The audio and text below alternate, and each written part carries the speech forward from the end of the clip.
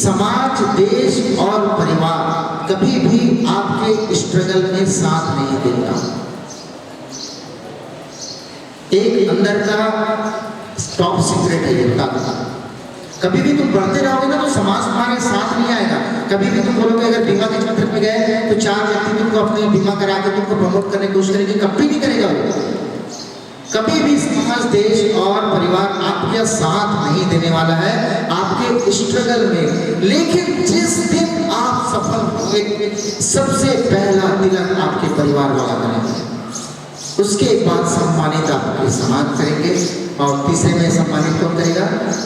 देश करेगा।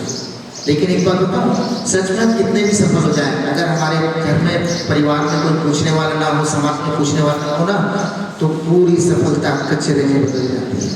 सही कि नहीं?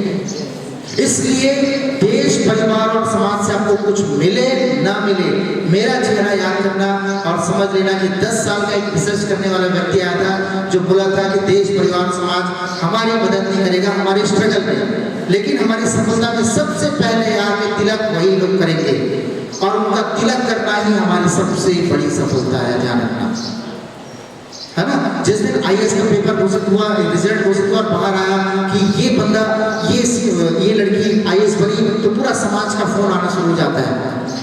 वही असली सफलता है आपकी। आपने उसके पीछे जो मेहनत की ना, वो कोई महत्व का नहीं रहता है ना? तो ये एफर्ट हमको लगाने हैं। तो हमको हमारी कितनी जिम्मेदारी क्या है?